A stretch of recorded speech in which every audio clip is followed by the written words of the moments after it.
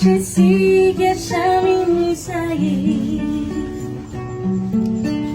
tsy nifandaona dia tafasakitray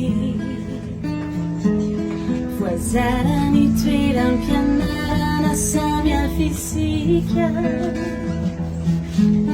nanday ny fasomba ho foana ny fiaratsika Kanzova maikany alany mpaka indray sambatra ao mananamana namananay naratoaka sendra lavo maniny asaniny tsondrotako avo Kanitsiratoka sendra risule manampy anampino ana Ilay namako tiako indrindra ilay namako tsy nanazy aritra amin'izay ka hatramin'izao ilay namako tena tia tamin'ny folo nitia zandrika ary mbola naminay anay andoaka an'izay kely reto indray dia misaotra andresana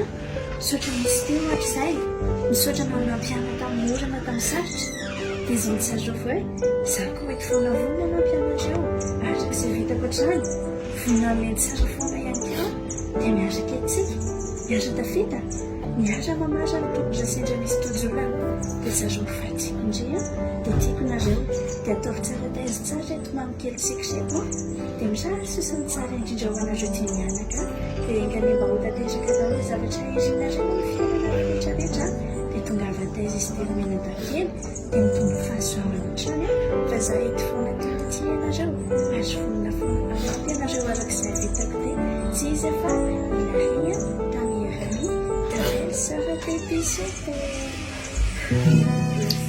fa tena namako anao na oriko nafa maantra sy mizary tsaro ifa sireranao fa misy akambany hoany tsy manadino anao hamaly faly anao raha sendra fa tena namako anao na oriko nafa antra sy mizary tsaro ifa sireranao fa misy akambany hoany tsy manadino anao hamaly faly anao raha sendra ilay namany tazany anao atody zavatsarotra manampy ahy isan'andro tsy mba manisy ady varotra ilay fiantsoko isan'andro samy misy zavatra amanjo namanatsiko lasa rahavavy ihany koa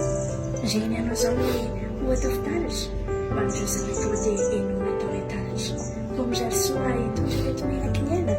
irary ny tsara ihany koa miray amandreny mendrika iray solon'ny